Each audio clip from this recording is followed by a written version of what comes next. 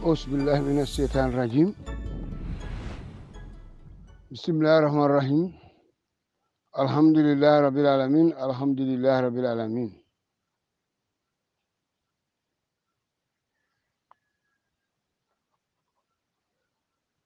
السلام عليكم. ويكو بالون كو جماعت. جار بيجو كسانكن جات. جا سامديي. جا كوناك fokon du flenga femme yankurege mai le 1er mai 2021 nde baytla al mahrous a jamaat babil mansi char group e ujunya be jobe ka sanken kurumbe kam manjenu wambonde jay malajan kuna kaga ti sanken mbare yotu bu chaba betemitay ni jawran jawo jikun ka jaburo mbare ni lañu lollañu bot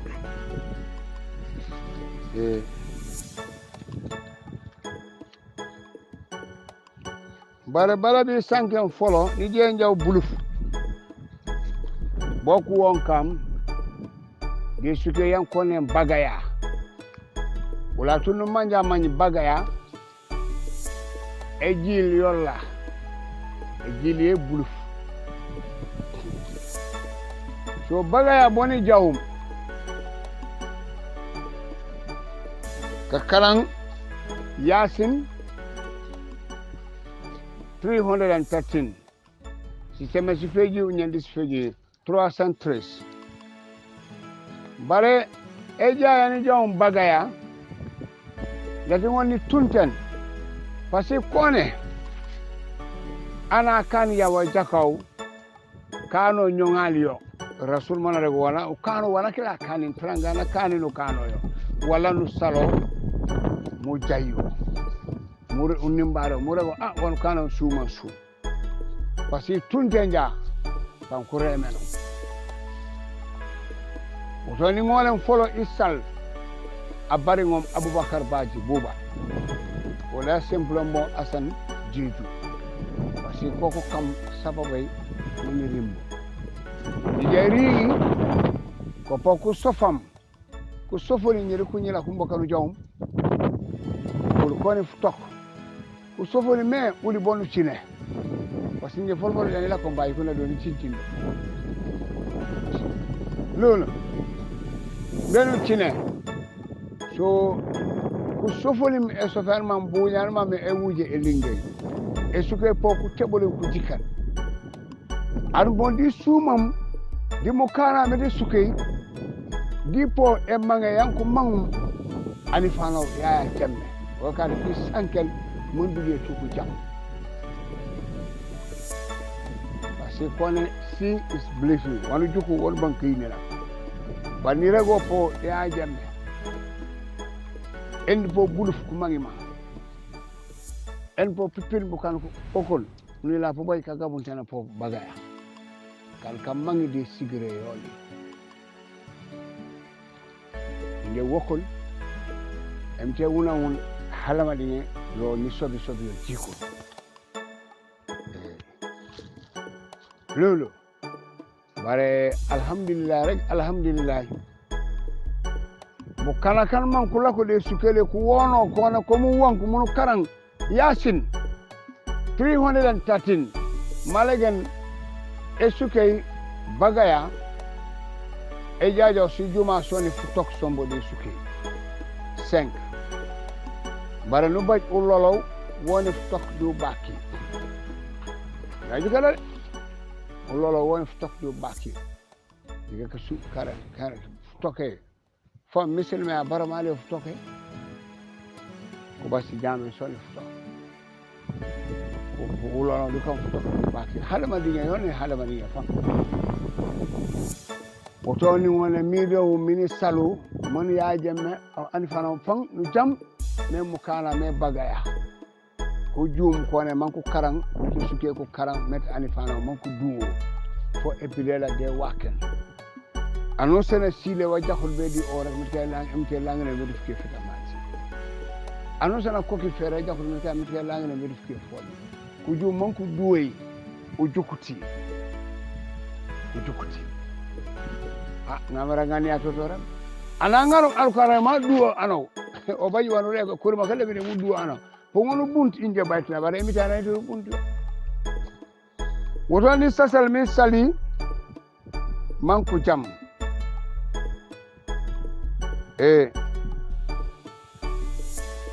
ni sa folo alkala esuke sali ubaji ni sal pop almama de suke atul dawda sane mika MT wulene fi fabake MT wulene juwe e wulene kajamoro nilani sallahu baji ni sal hatabu baji ni sal sule sani ni sal sanu sani ni sal bijini jamme ni sal ablaye sani ni sal dawda sani o almamo salu baji o alkali yaya baji njomoni sale ni sal fo arfan sani almame on chef de quartier ni safo ablaye san arfan san on chef de quartier ni safo ablaye san o action ni safo alkala kombo berending ni safo nan demba sanyang ni saf ismaila sanyang me mukana moli fika MT e chamenu dingani ya yolo yanji bajum e jakai nenya ni safo kulina mbugo Aisatu Sani Ami Sani Nisaf Joko Baji Kumba Sani Aji Jeju ndoba ni safe famfam metaka MT wulene juwe metaka la nu ko rale ko sume ni suma su momok di mu kana me bagaya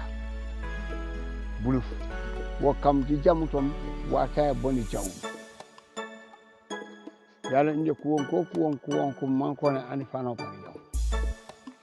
so nje pomoni duwe muy bagaya meta kan wandi dunya ka karam mte kana to baraka ko karayo be su juma so ne to kay jaar ko karanja aka su juma su feji marno samedi tanaya fan ko ban meta kan duwe be ringi amari so njomani sale njomani ni lani puru ko ni jo min rego me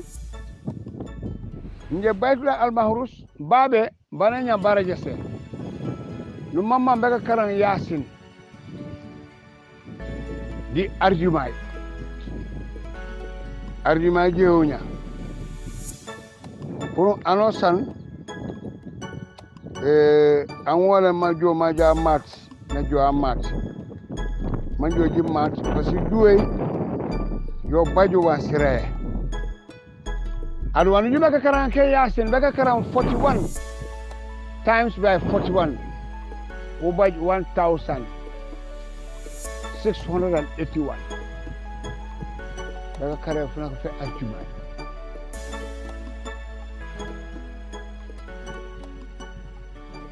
pulum mukana me anifano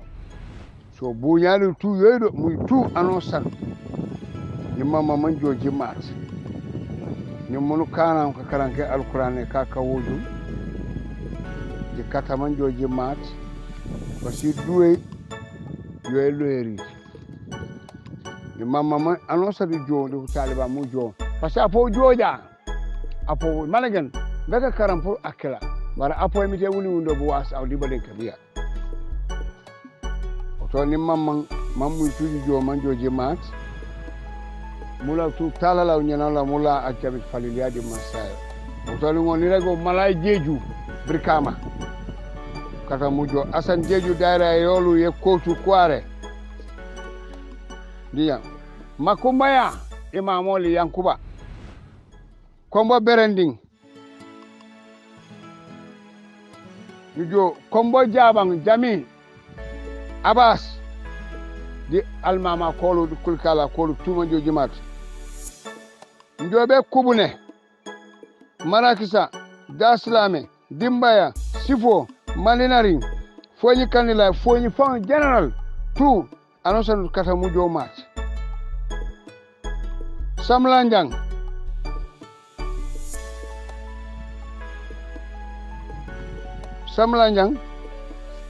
ko fo buña do ni buña po a jaxiom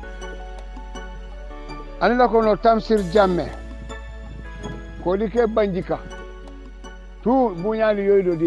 di arjumay mamma mun joji mat kalanke alquran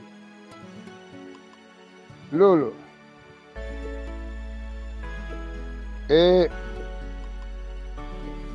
Mariama Maimuna Tamba nema kongo di gurpelu tout di Baytullah Fans Club sambon tout anu sani ilba man joji ma di arjuma kalanke alquran e babe bu jomore di kombo kulluhum imam boyang faji kulla imam baji faji kulla imame jatang tu bunya lelo wonia puken di barak tambuñ mu tu bunya lelo beka karandi arjumay ano san angolem arimu na jobu jomore jelu mu jo mat ka karanke enda uyu Samba Kebe pa koli Samba Kebe block pa koli sut sunjang utu bunya lu manjo jimat dimu kanam mega karanke suratu yasin an po angolem kanyala kola na baba sembe ma kan wa do ke to su uy yalma elodit an ko goleya adam ko no rek boy aw ko si suratu yasin danya ko ne yasin yone fuño fe alqur'ani ado diga jam mu'min en stok de gaba ado duniya ko funa stok de ko gaba do duwe kila eloyen duwe kafa eloyen awne ma o manjuto yalon duwe nyebe woni jawmane ne duwom njombe nyes place awbe so me manti duwe mboy jaabi ani duwe jaabi do duwe le boy jaabi bare toke baba ko sumuru ku cen ko nyana ku jole men emite ka penten bara nya ko ja place ben la lu sum wala du balem kwa wala albala ke nyanen e jole bello di aw emite ye penten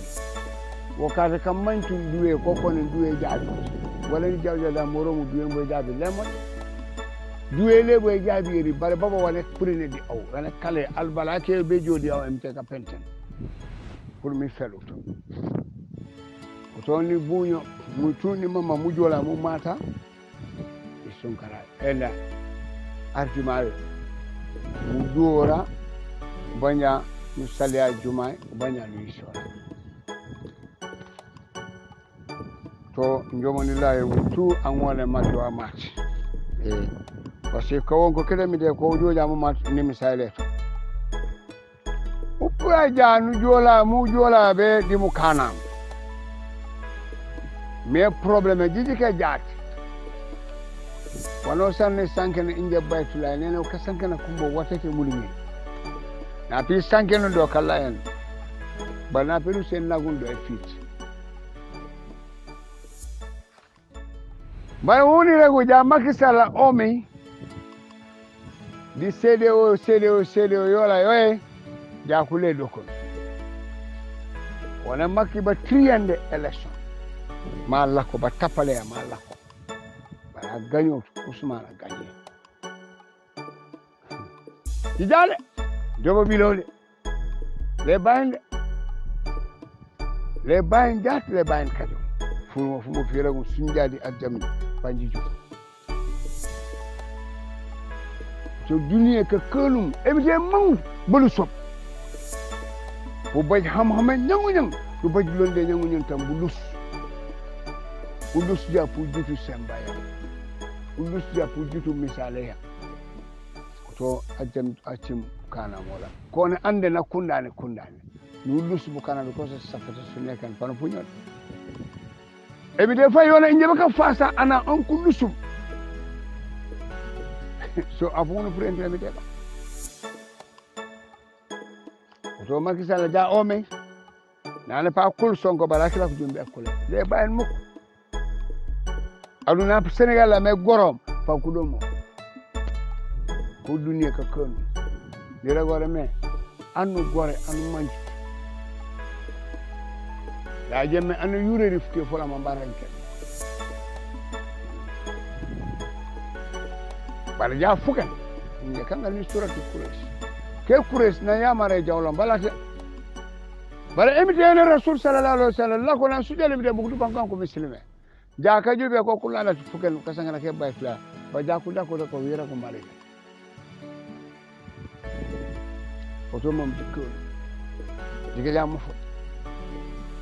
Macky Sall o me jat woni rego mu jawlo ba ne Macky jawdi ñankelan tam jawdi mu siso anina nu juka ma paro anina junyala sa sange na pajo na ko ma lili wala anine Macky Sall ona ma yaaje me babel sa nya sange o nya ba jera rek na commencé mangu yo la senera wala François Ndiaye o fa jari na juma sano ha postin ko kan state house jakale bolu so bono kormo ka gajo kana kan don ko postin sufeli ko fuju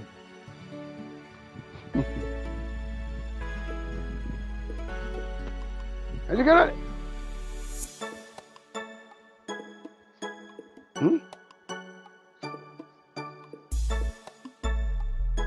Pama kandwa utom dikelu bulusu kante man ujoja ni jobe ula ku jamata fam kasanga ni free fo fola ka jaw TRRC ku lepora ku sanola da malaga mu yawlo Fatima mama singate aseka asekan man duku seka asek ar parinya skonta kala fo sanke asekan man duku seka asek diga kana kolla aw nona inja a soldar inja police inja NIA inja roka masa kunja inja director nyoni command fugam kana ya jeme balem ko kunine ya jeme bajera ku sek my friend ba fine la leka lawr e kam fudew ma mula ko diga jabu ko kay Ablaye ko yaabi bu ko ke bogude banko sene bu bantu bar pankulan ko baji bunya ko ke foni la jande anu sana juge hande kafa ku je kana ko juge la ko ita man ko la ko bar ni regale ami kala amite anu sana juko la bangela mala ko man ko doyaw abuju jike la akira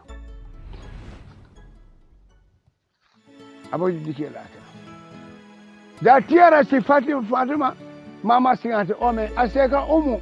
political impasse wate kila non dulum ko ministre ka jube to ko tete bara seka malegan am mama singate Fatima mama singate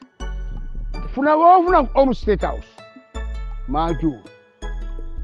nan mamnen tenyim de kuni ne ka tuta ko mon ko sinne ko tay ila ko anina juga non ko tewdo ko sekali tan billahi wal kila tani ne le waf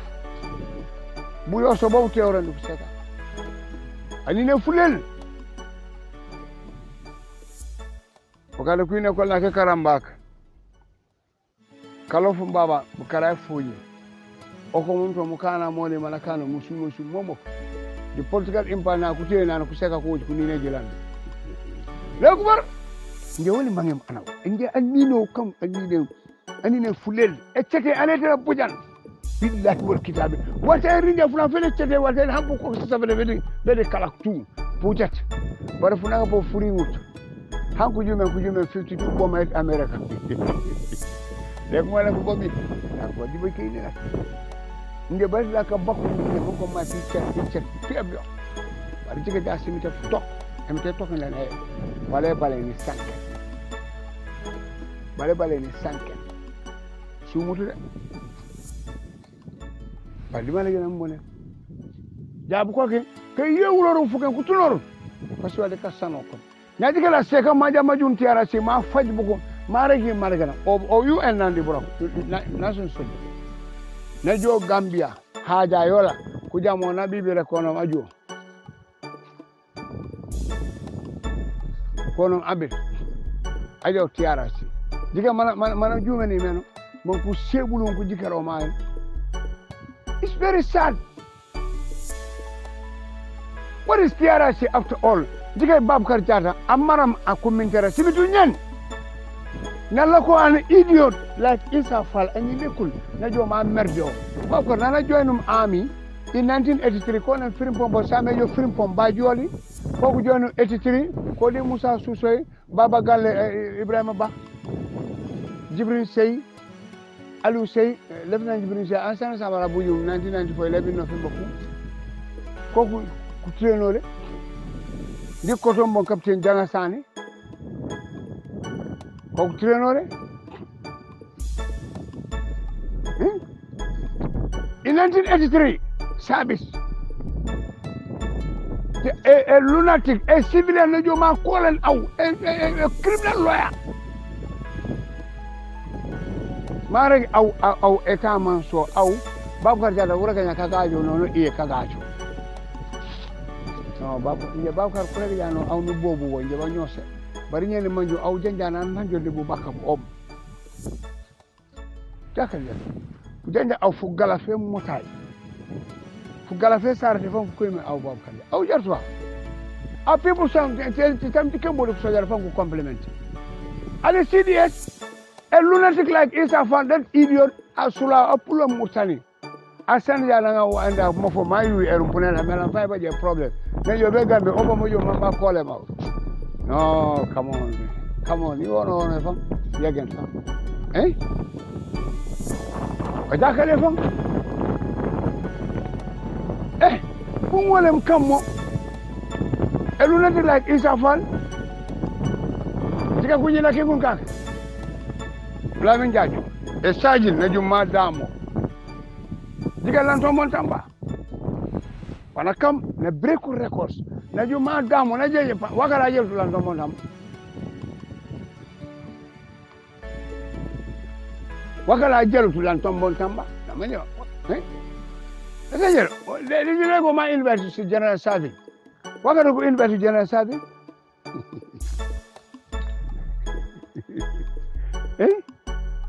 Babkar Jata aw nu jum mu jaw mu rek fu gajorof o sof alquran bañanu baat nu sano aba alquran no kanya wanu kajen bolenke be wanu kajen dimbaye wanu kajen fan fo lañ mu revise kanya bolenke be ale bukati la jere kanya ko ka butini kanya mbere ga umu CDS dra yankuma ande Babkar Jata ñola fu ños fa di ande Babkar Sagna bala ko ma rude fan fu jala ga fu kanya fa no ne palantere yesu kukas kono ni mai fa fanku mangu ja manku de lai gajo diga sigaro tiaras to kono yo sel soldes ha kran chuku atako pategi Babkar pos ubani tu wano san ujar wano san waka na teki Ujo ya nyela no rude no de lo petana jana bu ci en awaka dina ga nyela mbom waka chengi wana kane o chengi ya wana kane to malo ba ko sangay wa frère bo bayande baro udam ja nyela no rude no jaw rek ci korfa ngadi amadi ko punya waka le ci chengi to tiara ci chengi Babkar Sagna wanu kane barakela bonana na wasa Camara 2006 ci chengi. If I'm lying, you say I'm Babkar Sagna. When I got to check with wasa Camara. Hey, dunia ula ka jikaro mo ko bara basa mu jawri nyanu ngal alquran mu jawri nyanu baat afon ma won rega ne tu kasano le malajen mu le do jall malajen mu le do kaja is for free nya ka sanoro nafa yoy diga isfasani tu ku jabe di tiara si ko sano kon ko tu ka kajo donc deme jolu ti jolu jene ka deme di pelenke bolo oya Malik Jata kunya ni futu kunya wala fulu kunya fel endai fe mukumo nyaun nene fo futu do futu bup aw mu kujim awlanu sano kajelo kajelo jalon di kot banja fuga togo jama cibire meno na e pure ya tenge bawona opunyo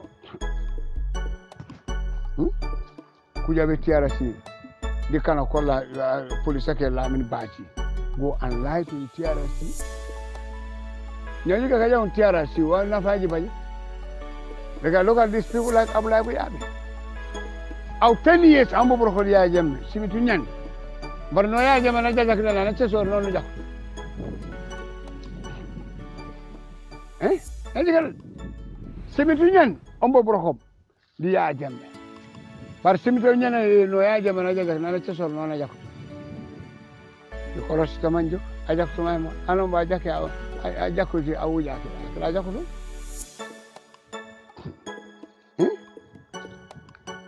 Utum jikun kasankana. Ya TRC is nothing, absolutely nothing. Ache usenda bu onem ai. Ha human rights. Diga mu kule mama boku siyene su kule mama CD Jallo. Nyama nyibo kule mama kanu. Kwana ya jama introduce Islamic Republic. Au alimama ano nane dine ma kane ma promo dine ya kanja au baba jara biya bubu lego sasen ngamra au nyani sumeni konja mo fo be kam Islamic Republic au nyani sumeni kan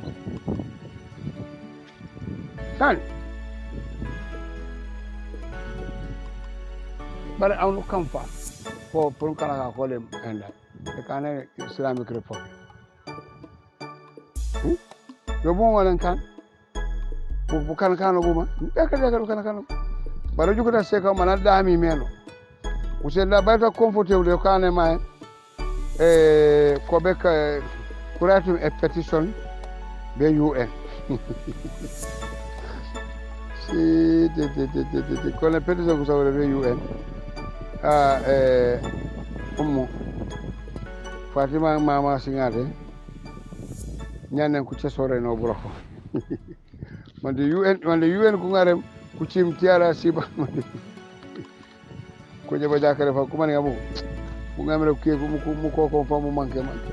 dibu alenya UDP nyaji gale dana seka ma sankem mom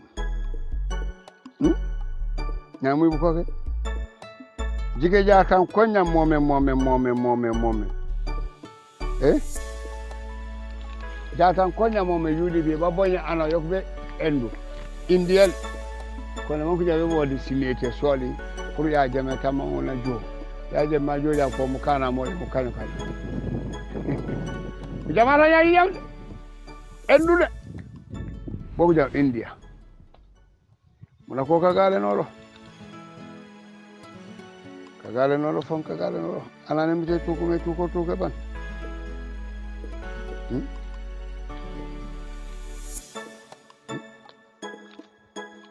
ligar Aïssa tu Cissé asangano me droke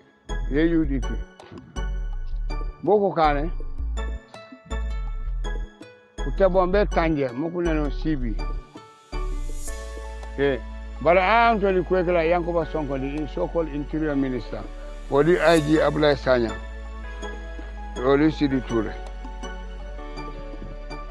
bala ko be ka puño kare dunye goro jak chat jak jige jall ande Issa Fall ji cengol o mey o mala kan kala won ko jut ante banglan ko finteno ife mo famay to emite sila mo kana mo la ba tembala na finto kotge mo le bay to aw jaar irege bala pomula no wono kotge ano ko konum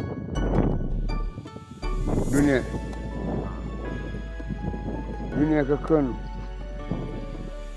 was wow tule ribena panere ko meno Isa Fall tele tu konum pura ko wono ma tani manjana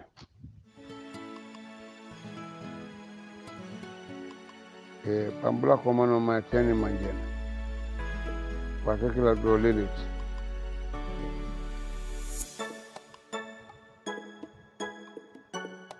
o kare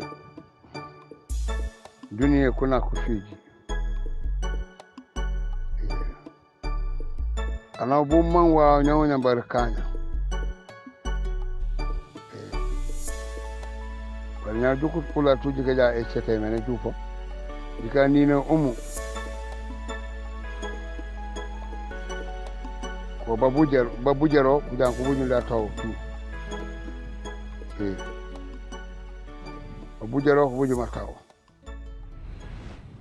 kuja kutoke di basata tanko makure muli kubuji nyayona New Gambia nyamu ka champion en democracy yona democracy michew digara kamla ume manku yangi chile jay ko kaje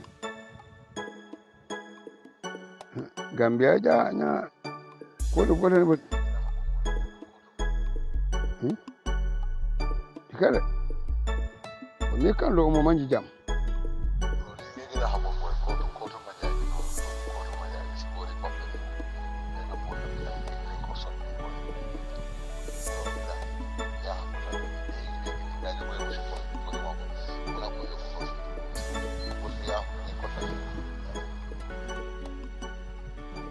ngaji janja afulo waje ku yahundi chile ko kaje wala fa kele ko to manja kaje chile jola na on man kaje na duniya la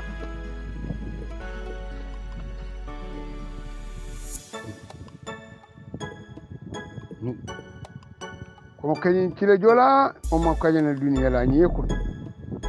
bodene de Gambia te je nyabe boteni fam boteni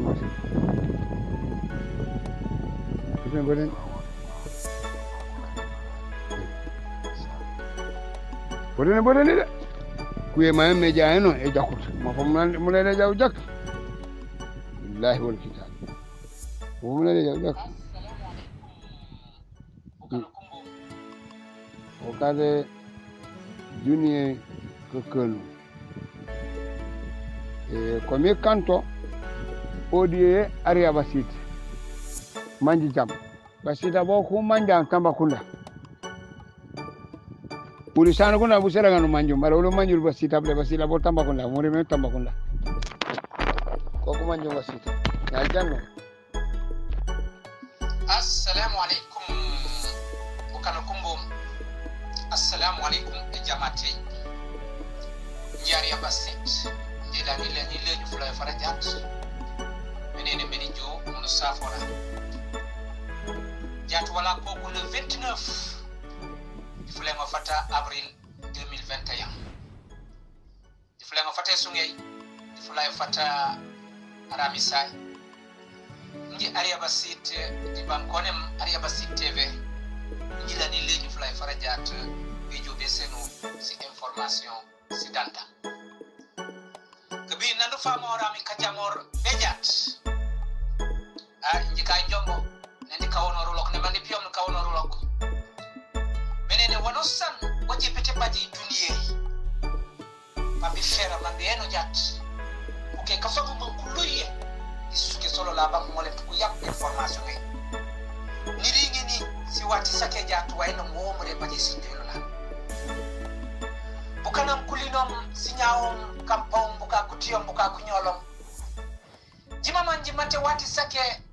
anifana konem yae jame na bibil a perdi wan kurege election e yata presidentielle di Gambie di kono pour dimanche ay relate pour dimanche ay man organisation e yankonem CEDEAO yati suke salumajum sommi di kapano kala bambala buitoem bata Afrika sisuke sakala san namporum konso CEDEAO diko anglais o di konso ECOWAS diko bonyulo ko militaire ko manko militaire kakila ko joko wala Senegal manko tewor yaay jammi abur isuke yak law yo nya e no Gambia respecte lo ko CEDEAO yakila yola nyay ponyo furi mo mankone makisal election ya wunya ko kusofuto ni mate o president de katu election ya wunya na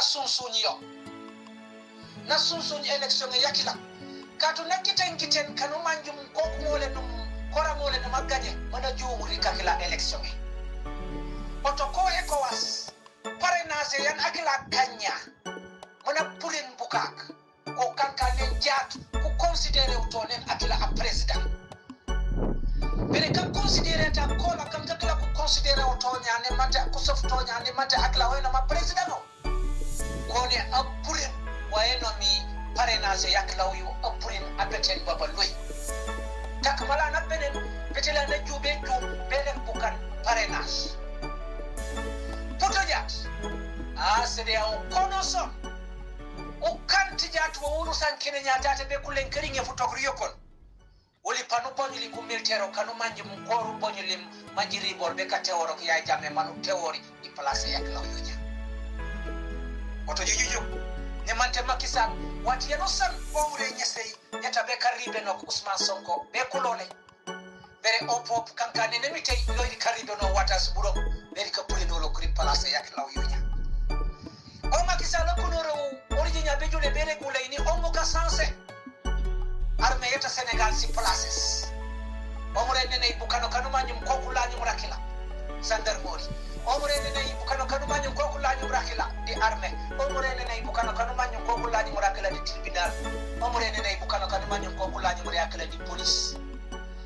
bewama nane projet yola yanu manjim yanda itola manko ngilo kuito Senegal tu kuito kulani no bele buku yata beja ibe sofay Usman Sonko be kulay tike mambe aklango nala na ganye election ya mili juli makisala abaylut mukana makila umunya o manda ita jun tem di sewti sola be jule be sofay yata Usman Sonko moyno kujama tok wanjila ko mekane foken anosan wandula ko mekane foken kuito ulanu jum Kungila kujilanji jum lit kato mwafa umenye. Beba ni kasuma ya kuti mwafa umenye. Il fok na wala ita ujuma. Jimang jati mbuja aja pita dungon sonte nora. Jimang jati mbulaka jadi sukeo ye nubaja ukana di karakolola. Jimang jati mbulaka jadi sukeo ye kumila kolola ni kuja ulekor. Jimang jati mbulaka jadi sukeo ye France di kukate mfubaja folola. Jimang jati mambula ka jadi sukawiye France di kukaten sikura solo la sangunganya kuken mankondi katora ola nenji mamang mambi arme yata France e pour de sukayo la oto kungilo kata jamana yata jati kuseko kata jamana yata jati kunifano kata jamana yata jati anosan kuito ju katu France kuneno la den amasa eno makisal do sindelo la mambi o makisal atem fo baje France kupandi kulangu ku impose ola sikurisa no manje ampa ila fa ayeno degol ay impose ola so ina nya usunya mami wono san wala ubaja bi sikura usunya so sikura sakla so ila me France dikulangu temlo la ku militaire kanu manje kori ku jogu nendu sindiro la mambo ku militaire kakela ansumuti de ko kiten manku puji anakila oto futiko fakela ujuma lit fly fatajatu kumanga jatu bi uruburo pour di wala mangu ngilo kola la kajon ngole kudom e rong yanu manje yata anu manje leta mikia katu memo ngata wala usanken ale nya ye nya ka sanken wala burum wala kuminkia France yonde ngaro la munireri di jamana yanku dunia tu e sanken mayone ku kat kanu meno kata kuminkelo pero France yo rombo kanu meno kata kuminkelo kata ko ina wala di fulay faraja uyoki mo to baja izi uyoki mo to baja le kore jake uyoki mo to baja hospital ya jake uyoki mo to baja imazini ya mwana wanya ngondo kana bikara kola biyo yakila hospital yakila yo ina nya anosan di wala no sofum no mama bejo be ka sonteno awrinja hospital le to ngondo sonteno katu hospital yulula tu e kanyo kakanya kakila ko bilenya uja turing hospital yolola diku gengi sikurisa no manje au ubaju so ban wata sakala ubaju ja sikura sakila ya to ngondo sonteno jamana yakla yoyno nya angi omri l'hôpital yanu manje yololal yata zigen so ajanga aje be nyesuya ajari tibubaru bakala bandala ko nyas enya sewa jaw ya de tingo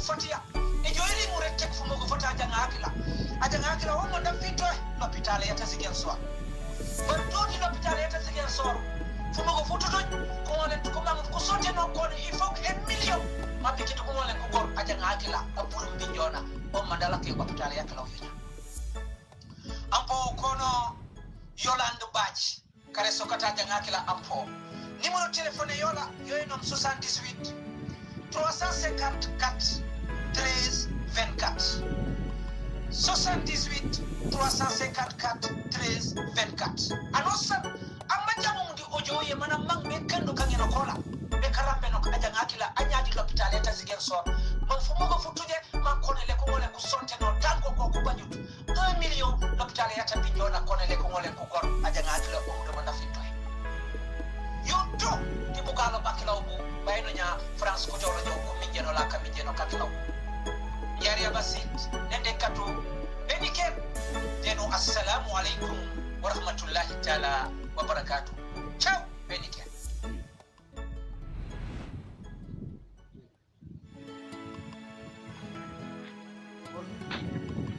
yo nyala tu jijangam Aria Basit pasankana na bola Aria Basit wana sanga jijangam yo komi kanzo manjam pambo ankura gumpo me makisala manjam tu pasankana ko jam tuer ces gosses-là avec ce tour de poids. Et vous voulez à qui je tue? Les images sont là. Les policiers qui ont tué les gosses, ils sont là. Les militaires qui ont tué, ils sont là. Les nervis qui ont tué, ils sont là. Les images parlent. Ne prenez pas des Sénégalais pour des imbéciles. Ils ne sont pas des imbéciles. Vous n'êtes pas plus intelligents que les autres. Mais plainte, nous poursuivons sur le plan international.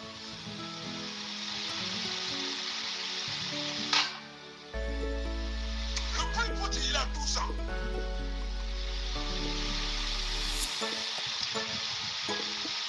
Vous les avez tués tous. Et vous croyez qu'avec ça, vous allez intimider le peuple sénégalais? Non, ce n'est pas cette jeunesse-là. Salangari. dama lay ñaan ngir yàlla rek bu teg seen projet boobu ceeb lu ko def ngeen xool yow de foofu ngay daanoo kon doo eggale sa mandat bi de 2024 la fekk au pouvoir non et nous réclamons un procès on ne veut pas de commission c'est pour une mensonge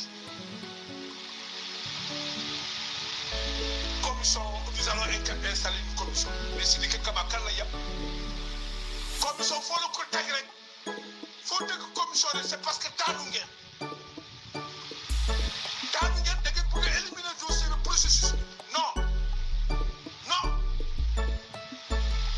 Parce que vous sortez une commission, Ousmane Sonko sort une commission, parce que Ousmane Sonko procède là tribunal. Parce que tribunal, l'opposition, tribunal la loi. Le peuple sénégal réclame la justice. On ne veut pas de commission. C'est pour enterrer le dossier. Vous parlez de commission, vous accusez Ousmane Sonko. C'est tellement malhonnête. Vous êtes très malhonnête sur le plan intellectuel. Même pour mentir, vous êtes malhonnête.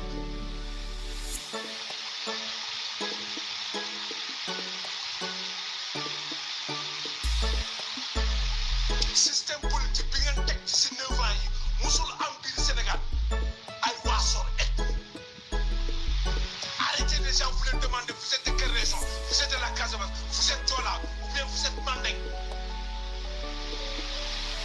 ci seen régime yow Macky Sall la amee. nekk ko partout ci seen régime Macky Sall la amee yow yaa ko njëkk a jënd yow mi nga xam ne nga war a donner le bon exemple.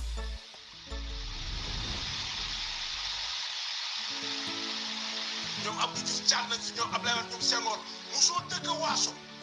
politique waaso am kii tukulóor la kii pël la kii Joola la kii Sénégal kii catholique la kii musulman la mosul am ku nekk ci sa régime yow Macky Sall moo tax ci jafe-jafe rek ngay nekk.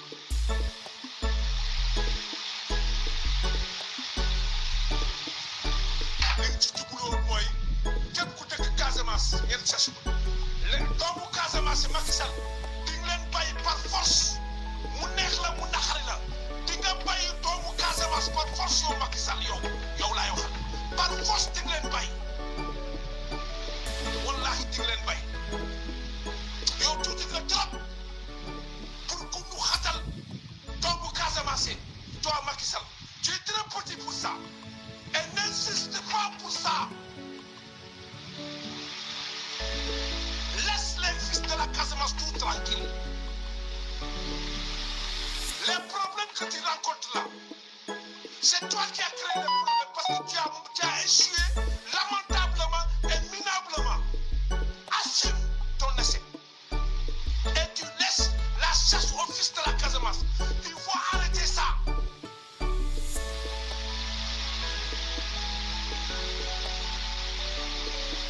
Vous ne pouvez pas combattre la région naturelle de la Casamance pendant 9 ans. Vous bloquez tout le processus de développement de la Casamance. Même les fils de la Casamance qui sont à l'étranger, ils viennent avec un projet, vous bloquez.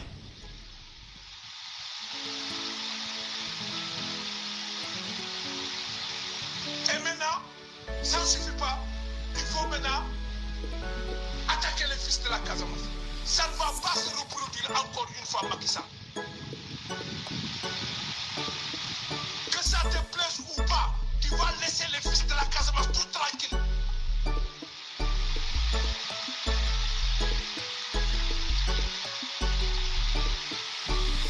Ne touche pas à Ousmane.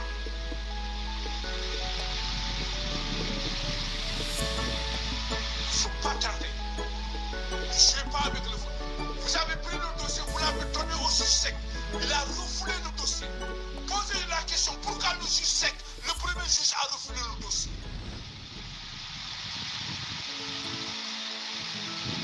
Posez-vous la question ou bien allez poser à ce juge-là. Pourquoi? Samba Fall qui est habitué des faits a pris le dossier. Il a payé les pots cassés. Point barre.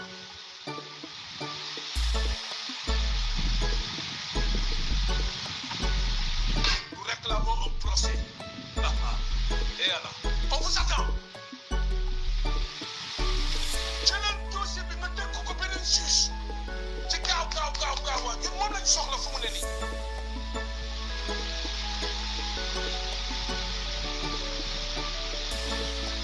yàgg nañ leen wax ni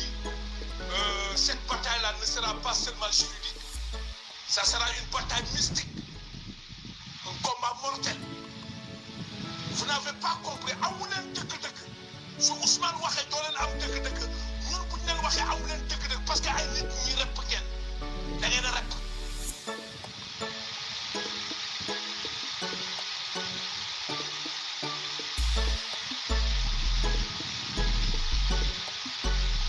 Mystique. Tardé ngeen. Vous êtes en retard par rapport à nous, la Casamance. Ci mystique. Bés bu nekk yéen a ngi ci mystique yi contre Ousmane. Mais lu ñu tour du egg. Ma wax la ko tey nga xam ko yow Macky Sall. Say nit bés bu nekk suba ngoon guddi bëccëg ñu ngi ci mystique contre Ousmane Sonko. Mais lu ñu dugal rek du dem. Loo leen dugal dem seen nag yu ñuul yi ngeen suul ci plage bi. Seen nag yu ñuul yi ngeen suul ci plage bi ngeen koy suul ngeen di tudd tuuru Ousmane Sonko seen nag yooyu yëpp dara benn mystique mun leen a atteindre Ousmane Sonko mystiquement c'est pas bés boo leen a attaqué Ousmane Sonko mystiquement ngeen jot ko rek damay sumeeku taatu leen yaram leen damay sax teen mu wër adduna bi yëpp bu kenn nga ngeen a xam ne lu Joola ak Soose wax leen du dëgg yéen tuuti ngeen pour ngeen attaqué Ousmane Sonko mystiquement pour ngeen jot mun leen ko jot yàlla rek ñun ba ñuy jóg boobu yéen a ngi nelaw ba ñuy jóg ñun boobu yéen a ngi nelaw yéen ak seen sëriñ yi tous kenn mënul mu musal. Oh, ñaña may ñëw. mais ñun lu ñuy def sëriñ mënu ci dara yàgg naa lay wax kaddu bi bàyyi leen ci xel jëlal dossier bi nga jox ko benn juge nga xool.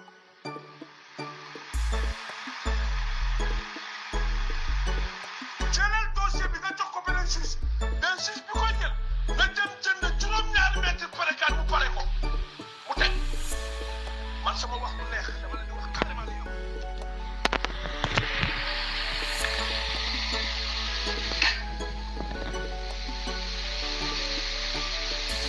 su da nga am sa justice buy daal ci kaw nit ñi injustement malhonnêtement ñun am nañu suñu justice ñun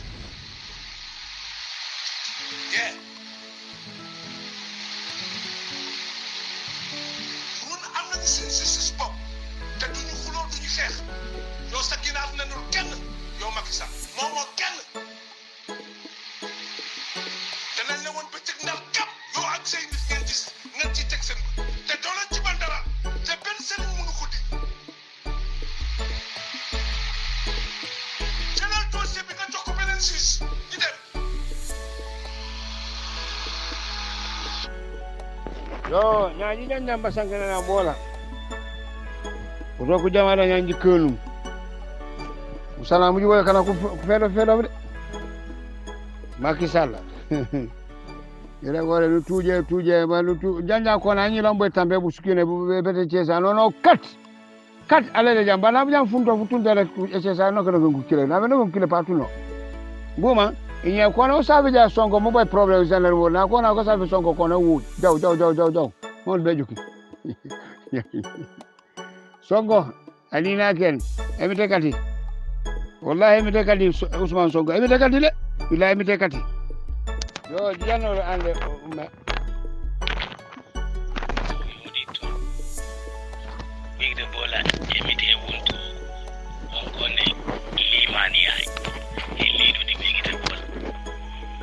parce que ana jumme ma fasa dine aw ñanone Allahu akbar yono waaw emite yuko pat ana jumma fasa dine cila fuka yora di fuju mafu ngolen malegenam ha ikanu mato de sane bala man wana mbonya terege bukanak jodi janjam ni ngangar andum bo toni sof ijukut ajibi ka convince inyi fang pour mambi ipiasi fang ku join ay baro kale bon ko bu ko fi kay ka bo mom ko bu ko ke hey muna dudi ni manan fana re gon kili sabalem hani ni fang tale rokem fani tengundi nyaji bal ngande nan jani jo ko manje me o mana bilaw aska nini muy jibo mom babe ku jaga tolem kanjalem baro kanyo baro jato kai ke bom yo ko jaku bi jaku lat man ko ne ko ku man to inji iske ko ku mangoro ba kuma man man ko ne me man hefan limani ay ledi bukan ku cila jarute won ko anosani andum di bege bu cila fang medi ipiasi pam ku join baro emite be punyeni sane bala man tasare audio yumbo mo jikeri yo jak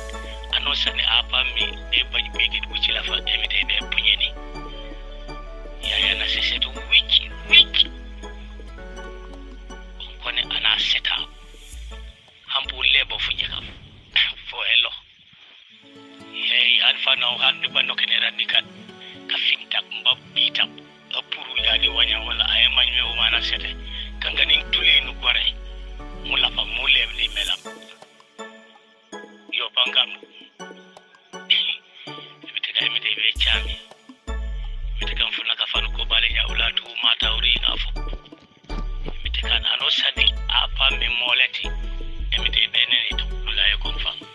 dani wata iri ya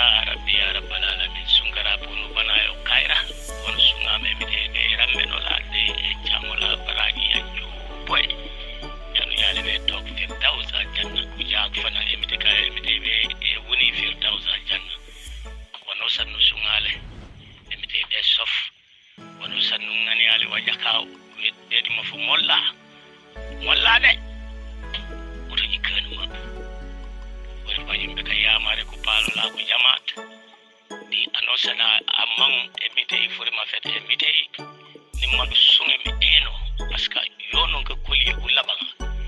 aw sung ngol me mur yo abaraka enya madukan die chaboren ti tolo madukan kanu sankanya bankan ku jama nde chami abaraka nurundi bali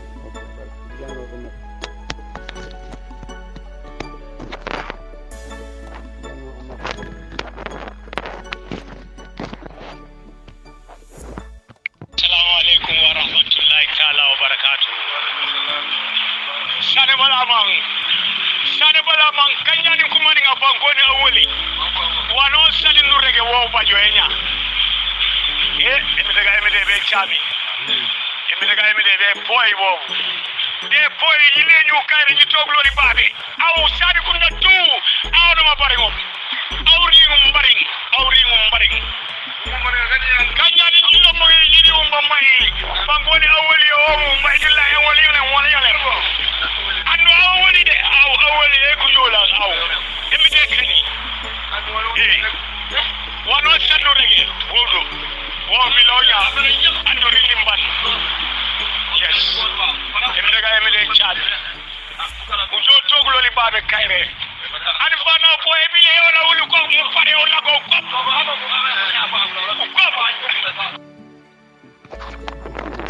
yo abaraka marigan duwe chabore chorola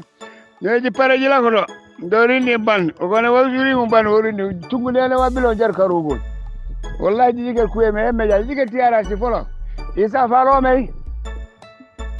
jamana furmuno fujut aju ko do aw jara iteji peja to manjala nya bale ante ba finto akelum le tayto han payto pole tan faro aw jara ente mi ceremony gare ano kay anino fulel ci baja kayne na kete amitay tambulu sula mu jar so nyebere utale ni woni wole no me argument ka karanga ko be kamba karanke yasin so mo kani wonko nyatu suke sale wonko man di jam tu ano sambu fere mo nu jomat bu jomore abaraka nyebere utale njabat la al-mahrus al-jamat babil masjid assalamu alaikum بالله من الشيطان الرجيم بسم الله الرحمن الرحيم الحمد لله رب العالمين الحمد لله رب العالمين السلام عليكم ورحمة الله وبركاته kamben dol mbal kontona mbal jala mbal ni mbara la bake famo ke kala kende ke fam ba manke nyinoti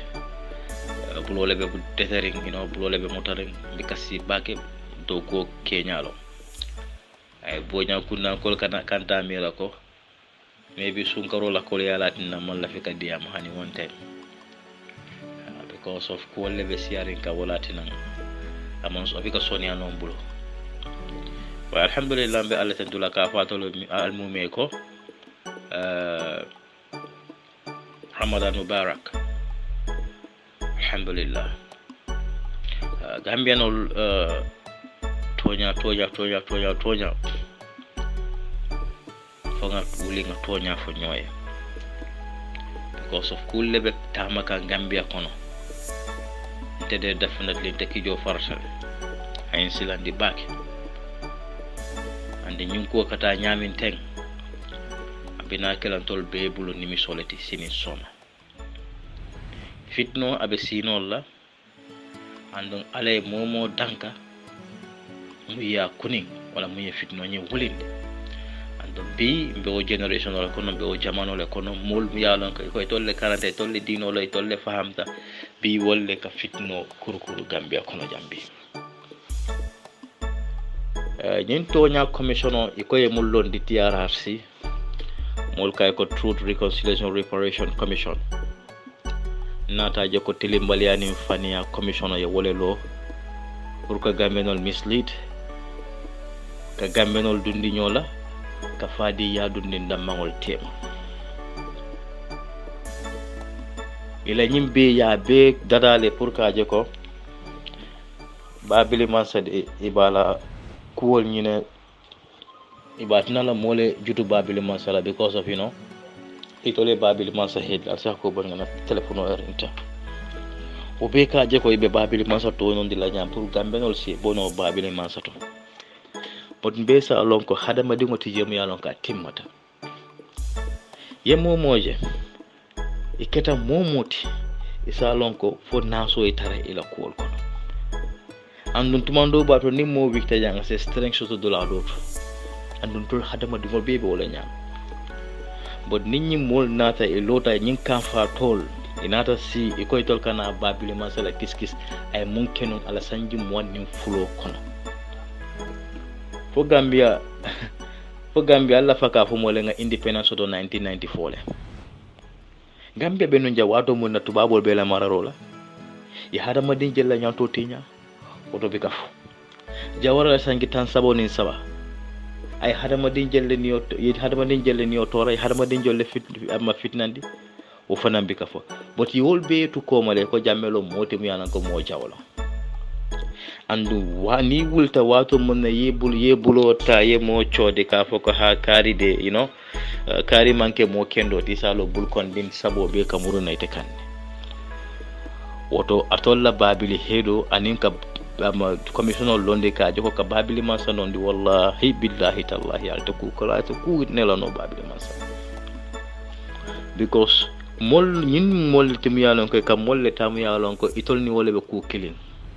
ka foko yo alna ale babili mansa tenya nin tol pareta nga jibe mba prosecute la nya wala mbe strategy mun lala wala mbe fero mun lala ka jeko mbe babili mansa mutale na soron because of being tol be din kuriya munna because ni babili mansa na da ha ku jamale be fintila so wala dina bibe nyun ko beke ka waya man te tereng because of mollum yalan ke manke tonya folalati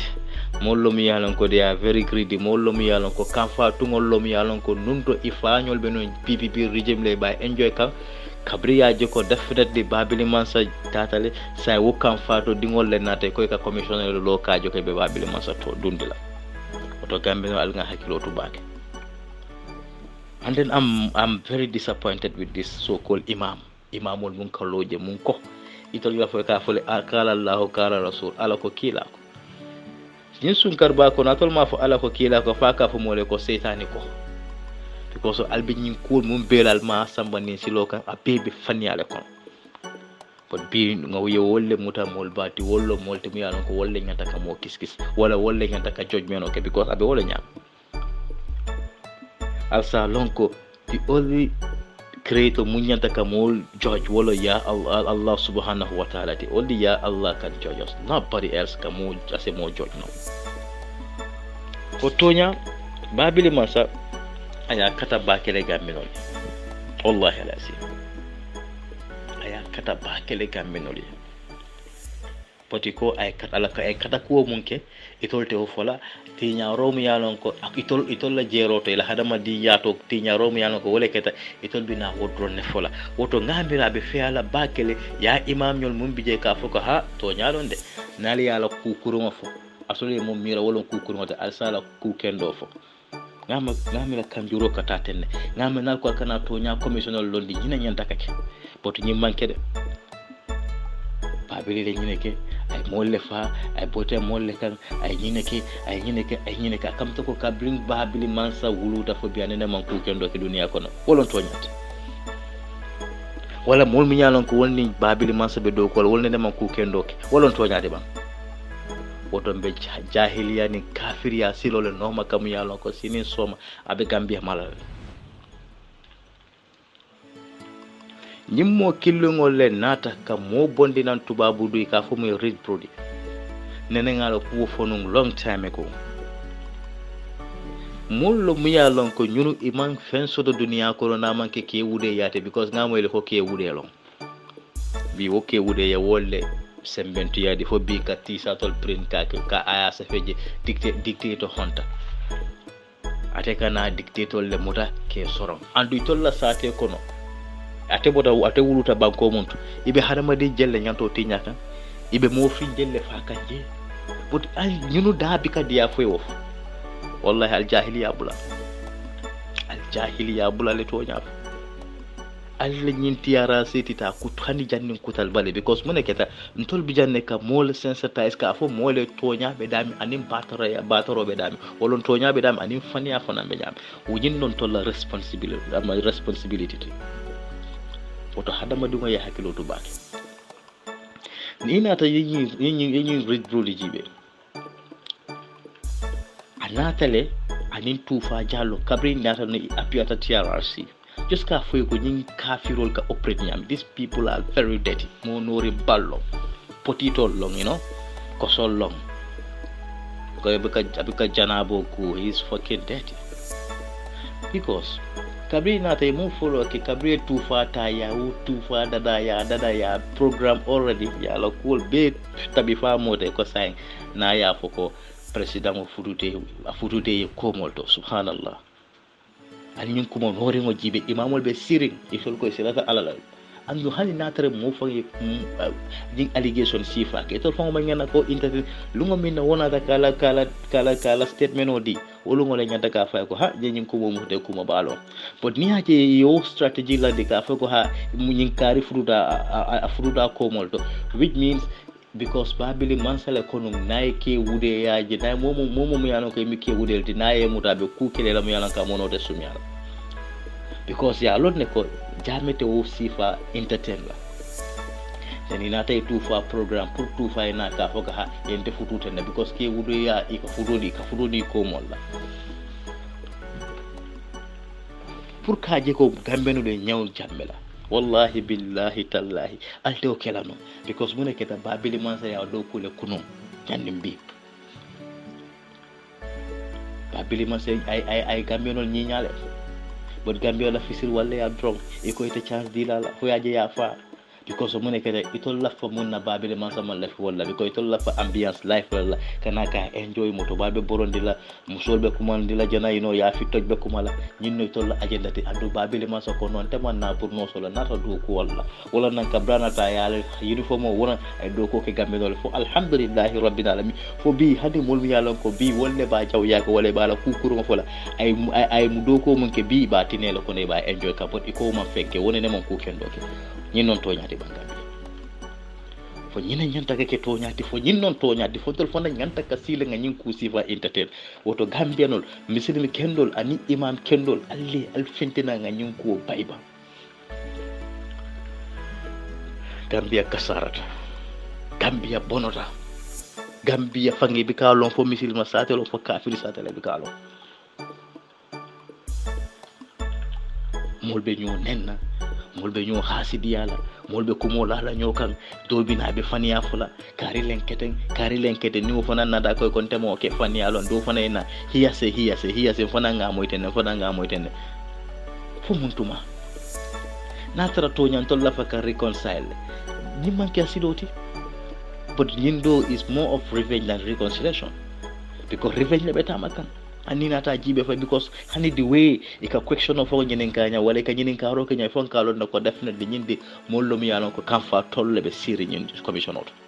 ikebal jibe ibe fon rich kan gambela nafulo because ki la fangine la yesi ye million jama soto ikoy ke la family balundi fania kodolla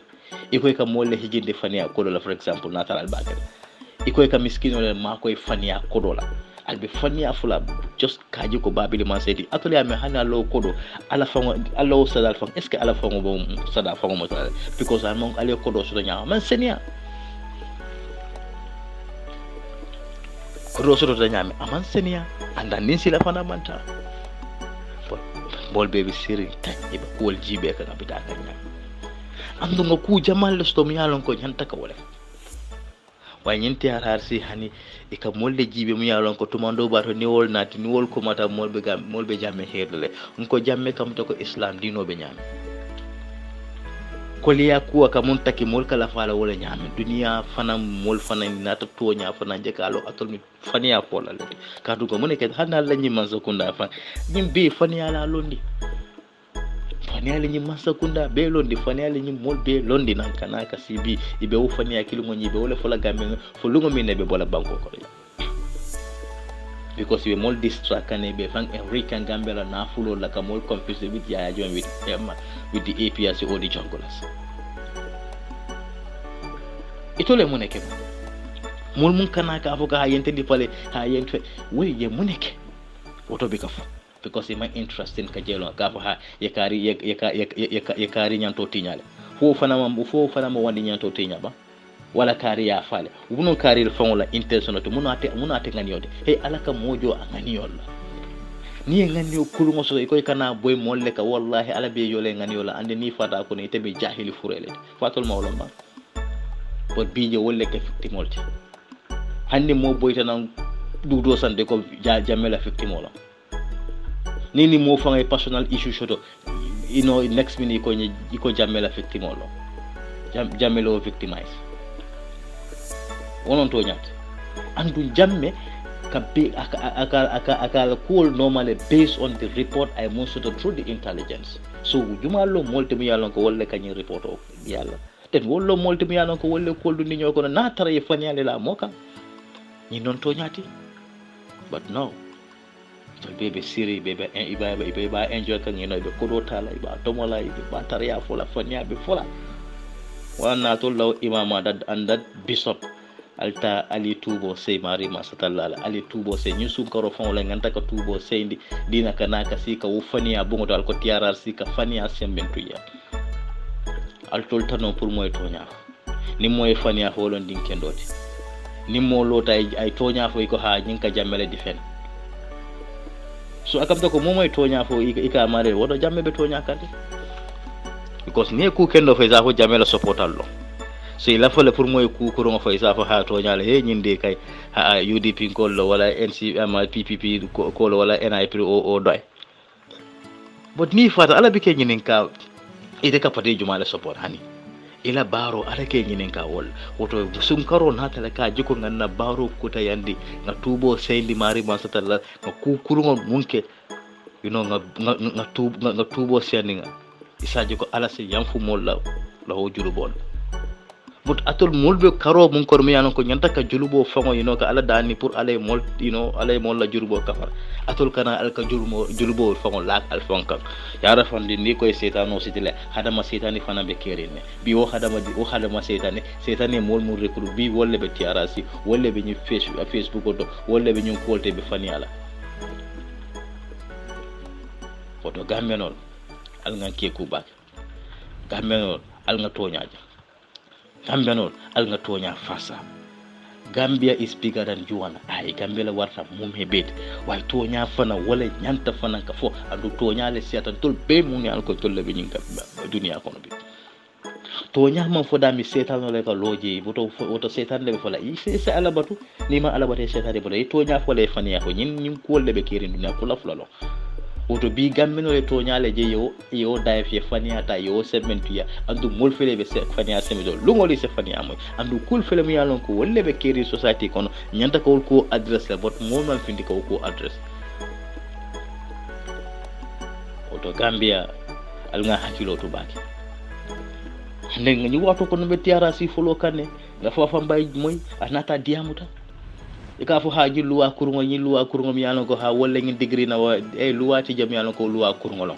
tumando ba do luwa kurungo nyaay do febola me te febo ite fanam ite mumuda luwa kendo da ite febola man do febo woto wol luwa ti jam yalon ko e ba fula ko ha nyimi luwa kurungo di wala nyimi luwa jawalte ani mo fay sa fo luwa kurungo lo won ite mola momum fado wo ba jira ko nyi luwa kendo lo ha ke wude ya mambete ya ha okay ni loi for example ni ke wude ya de ni manke loi ken don tol mi yalon ko manke ke duwele abi de lon tol wa tol mi yalon ko tol mi ke wude le alba fa la ni loi man tol protect e ka fule ha ni loi man tol protect ande ni nata jibe wolon to nyati woto loi ti jam yalon ka loi kurungolo wala nan ka fo gambino alal hakilo to bak handen jandin be nok tiara se nyinki ama topiko nyimbonna fonga jintentu watonding ama mama Fatima you know I said signatelombo whatsoever alhamdulillah the former minister of justice alhamdulillah kuno ngala diamo la moy kontan batale donya daytime ni majibe no because busy tal no do ko lay suuto ngajibe fotala nande fa banta alhamdulillah mama Fatima ala alma ale jo barajo la o muso mun ko ila o lead council mun ko bi mun be non ke question ni tata jibe molo mi alon ko favora molo mi alon ko amala do ko fangolon molo mi alon ko kam fatollo ni tata jibe ñun lo molti mi alon ke falle be non ka gambela na fulo fon kasara ni tata jibe kandega because kam fa hani ni aja ka diam nyai kalno kam fatollo hatta tele so the extended ka foka ha wato munna gambia ko jamme ko gambia be kala islamic state ite mune foje andu natara to nyala atol misilme kendol atol fon nganta ka konta wala khalas nganta ka jamme fon support wala le ka foko ha antol misil molda andu ka fala ashhadu an la ilaha illallah ashhadu anna muhammadar rasulullah so natara ka fole every day 5 times a day ko wala fo so ni wo mari ko sang al nga gambia ka islamic state ba way wo ma tinna ko christianol fona ite la bato kala no ani wado mun nay ko Gambia is an Islamic state Christiano ni la feto sida jambe ka aka mun ke musulman ako le Christiano le potama mol forcé ka foka ha al nyinke diaku ya no but atol musulman mi yalon ko wolle nyanta ka musulman ya faza atol lo musulman to mi yalon ko atol le musulman ya kele ka albe kafir ya sementu yaka because wolo bi na traitament sharia law da le be loi jumal tala woto ne constitution da wala ye kafiro la loi le ta wala al yahudo ila loi ye wala ta ye wala sementu ya ko nyina man ga toñati wallahi wonon toñati woto ila kumol betiat ande nata yatande ala ko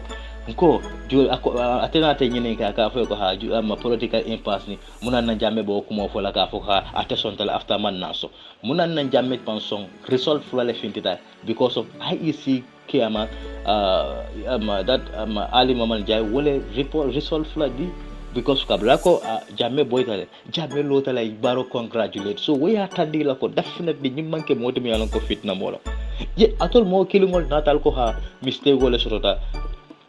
because nga force result mundi mistake go bije mistake go ni sorota nyaadile ani aliya rectify nyaadile so therefore ngamira pour que situation o nyin kam ngamira ko is better ngam loyal natina ya ko kacha ngajemba ko tamala nyam dina ka kidol natina ka maltreated woto natra to atol jahilo le kido nyimpu ka senegalais use ka jeko atol la personal interest pour atol fulfill ñin atol la intentional atol kam fato dingol tol dim barakan tangol drone be ñing ko support way mom yalon ko hakilo balale mom yalon ko akemirale mom yalon ko alhamdulillah ala aso hikmalale dafnet la balon nako ñunu be munna wo manke tonati oto tonya nyanta ka fole Gambia idea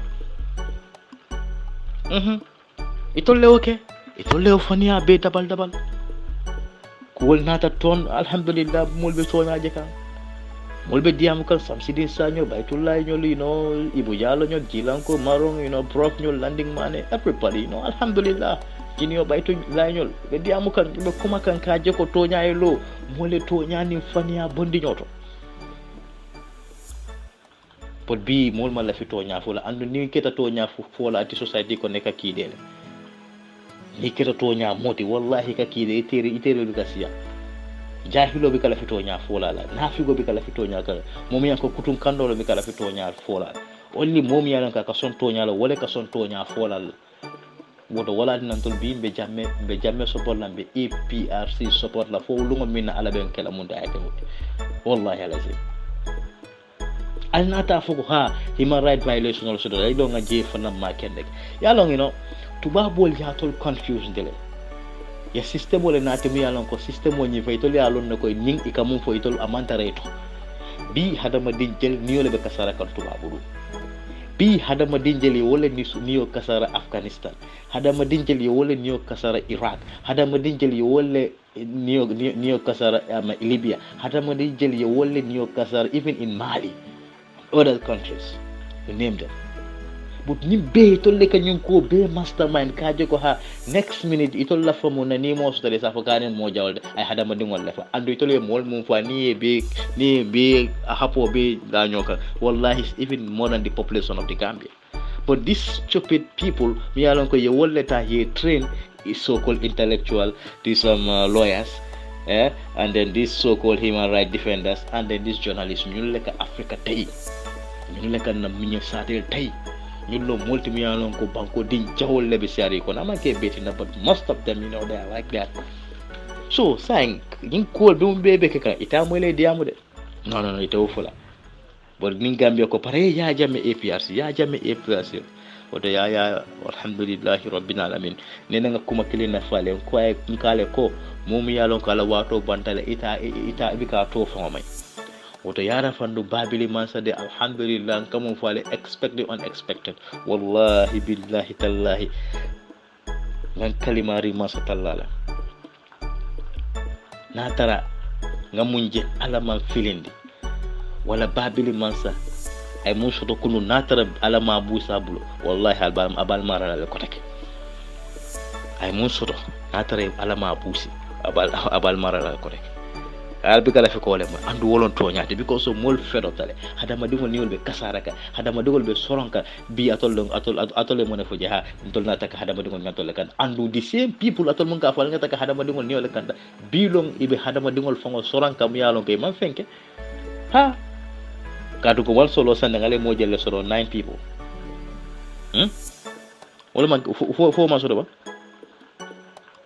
ale mo jelle mo ha na ye fani ya fo jamme nen ko ndakale mbafule ha hani sa mbetu la bunjawta ntol la fa ye nyini fo ne ha ni ko tani tane ha na ye diam nte diam la ha ite mbe sambala maytulle because ite la korosi sefa andu momon ko wole korosi sefa o hayna be tamba kam freely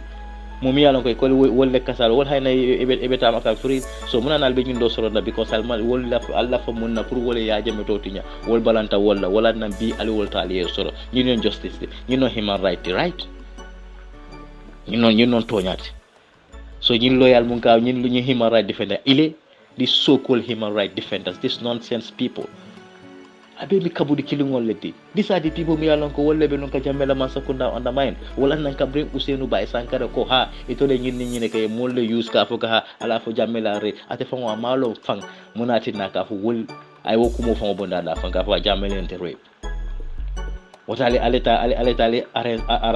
arrest waran ñini ka fo ka ha kari de la fa ka arrest de ay wole sa tempula woto jumallo molte mi yalon ko wolle ka waranto di Allah these are the people, these are the rocks element mi yalon ko wolle be masakunda kono no e be ko undermine kan andu jolbi je fa jamme mi no imantara do ko la masakunda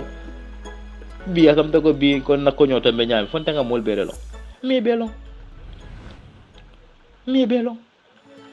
wala me nyin kabilo mun ko wala me Gambia fa nga mol be nga belo nanu so ni mo ko nyeko for example jiba kulo la nyin ken andon tema wala just because of la photo wala la place wala because ya lon tedin tubabol man dia because tel tubabol mbika ito la agenda ani tel agenda ma ke kilinte luwa mun sebeta tubabol woto be la fota findu no but Gambia no le nyaayo to yaaje iko to nyafula fani ya drone fani ya bi wala sementu ya so natara bi ntol mi mol leti mi yalon hakilo katama le kende ntol mota fingo natara ntol hakilo katama kende libyan ning sate dol dron ko fon mi example de mi yakon tol se karano wol sate to bi ñun mo mung this nonsense lawyers, these nonsense defenders, this nonsense intellectual how many sate bi wala tinya bi eto because of it all iketol use multi yalon ko natara ye ñunu wulu tale kunta kintela jamano kono bi fele Gambia be wafi pour ka mul jonyandi it koy ite mira la fang hani ite kan option sutola yes ñi mollo bi ajibe al hajibe be halo mon kono ibal nene kan pour nga namasa kendol mutake so ibal nene ka kala masa kendol fa ibal nene ka kala masa kel doya pour jolla masa ko mu yew ku jawol ko no mo bi ko ma bul jega hanni ko be samala luwa nyati ngoy sa fo ite duna mo la sade kon so tollo molti mu yalon ko wolle nganta ka don to la sade kon kan masa kel muta ke soron alcool on to nyati ha alcool on to nyati ba wallahi billahi tallahi Gambia nkan nyatelin fenna ha ko nga tubo sendi mari masatalla if not Gambia be kasara andu bimbe o kasara sirolto abe daminda be sisi kan ara jibe bi ama situational be nyami kampol kono no be kaf molbe ñoo fala ko bi kaf ibe musol fala be ngay bobon law bi kaf molbe ñoo attaque la every day be ba moy la ni man kari fa e kari attaque le ñanta ka ñin no ñi fo ñi manke fa na had human right violation oti aha kay human right violation la because they have the right pour secure yep security dila but atol wo mol mi yanon ko wollo security personnel ali o fulo le doya wol fonde hañile sinotale pour que la doko ke because of bi natre be la doko ke ka a nyama natra for example mo fate bulo for example wo man kay to la intentional and wo mi criminality isa fa ha ni sojaro wala ni police wala ni NIA ay ni fele karifa ya la right le tinya so ali ame wol be la doko ke wol te la doko ke la no because ba jila ko jotone ne yalo mo ni mo nya donc ni nya donc ya pala so di mo la ko ka fa ibe ngene kale ma ngana ka ngene and hada ma di mo fana fo e fan defend but bi wala na sojaro wala na police le man hañi kala do ko ke mo selo ay police o nek mo selo ay sojaro nek iman kunoje because so mene kada this nonsense lawyers mi yalon ko wolle lota ka je ko kana broda so la sembo tala pour civilian no se sembo so da jaw ñina tina bi be ñin am be ñin crisis sol kon everyday case murder case rape stuff like it because of na feño fon le no so gambenol ko ha ñin no masa kunda kendoti wala ñin no mol kendoti ñanta ka ñuy mol le noma wolon to ñati wala dinan kale ko al nga tubo sey wallahi billahi tallahi ni mol man tubbe ni misala andum be woni misa silol to woto gambianol kontan batale nga danjam fo wati ko inshallah mbafulale ko assalamu alaikum wa rahmatullahi ta'ala wa barakatuh yo mbeben fulale dronko gambianolu ID card is more important alala ID card ni ni because diamol men bebe foka nga mo le tilinte nyum kuoto mo bebe kumo le foka men diate ya do abota membala wala mo UDP ni UDP wala te Gambia bulala no peace ni problème men bebe keren be mo ni UDP na problème wala ti e shafal abe UDP le febo kan e shafal amal la fi Yaya Jammeh la e shafal amal la fi APRC la yo ni ajube Mrs. Singate ay ndi amo men befo ay diminne ay dimin baake e malla fi wala ite lafta menna wala mun ndiko men diate teli momo nabe lola ni tiara si donc anyenta fula Yaya Jammeh man betea Yaya Jammeh ka mo le fa Yaya Jammeh be tenne Yaya Jammeh be tenne e bolle welcome la man naman kolti te mo le welcome la menga lon ko be to nya fula tiara si yo ni ajube ala jube don hanal fan e lamoy alta forumul beto ali fenke ben suda ami ben suda ali ala diamo lamoy ya be interpreter ni manika kawla correctly adu menika be interpreter ni manika kawle ka foila ka koy lew bare munana misi singati ima wota foni manika kawla ima translate manika kawla pour modoli lamoy men man suwa kawma munana be nyanta fala suwa kawla yo den ali nyanta lonna ko ni mulu be norin ibe norin adu wonnoni ni lafta kawle la Gambia no kan ali le diamo be jube bari ami ben shuda waka Yaya Jammeh agents mo man la fi Yaya Jammeh la waka Yaya Jammeh mo jawoti Yaya Jammeh man betea Yaya Jammeh be tan bari maje yo be translating man ka kawla dum memba foka be ko ital lawni man ka kawla bari maje misi singate tata ma wo foni man ka kawla because intemaje man ka kawla a be translator su wa kawla to iko ke dalilo men kama ko mol men man su wa kawla moy woni kana misi singate la polo moy ibo to le keka yo Gambia no lo APRC ko lo Gambia dingulu ala kata ali ta ID card o nyini te bo la fulani alta ID card o nyini Fabakar Tombo Jata ya fali yeli adun molu bentel bulle ben yalla be Gambia sambala no adun ibe Yaya Jammeh men bayndi kan ite wo shotola wota le ngan fan da handi nyum monun te falina no ite be mento dro i nimishatala adun ite be ibe kelo men be la bebi ka tano abeti tano because Gambia dingul be manke kilenti Gambia din dol bi yalmu forolete layde mi singati Gambia din mu forolete mi singati forole mati adu siata Gambia la forole siata Gambia le ngale bakso mo ya kamen fanfo na militaire ol meli alon fan ko be jikiri la wol fanka tallo ni diati wol fanka tale en TRC e sa fal be nene kay ke wuli yala fo e wuli yala fo e ba fole ha to nyanga wuli yala o be e ko ke jumal kam pour ka ya jamme non bani anama ya jamme non ya jamme te no la atin no la aya kata gambia no liyela gambia tare dame aya bondi dame ngawo jele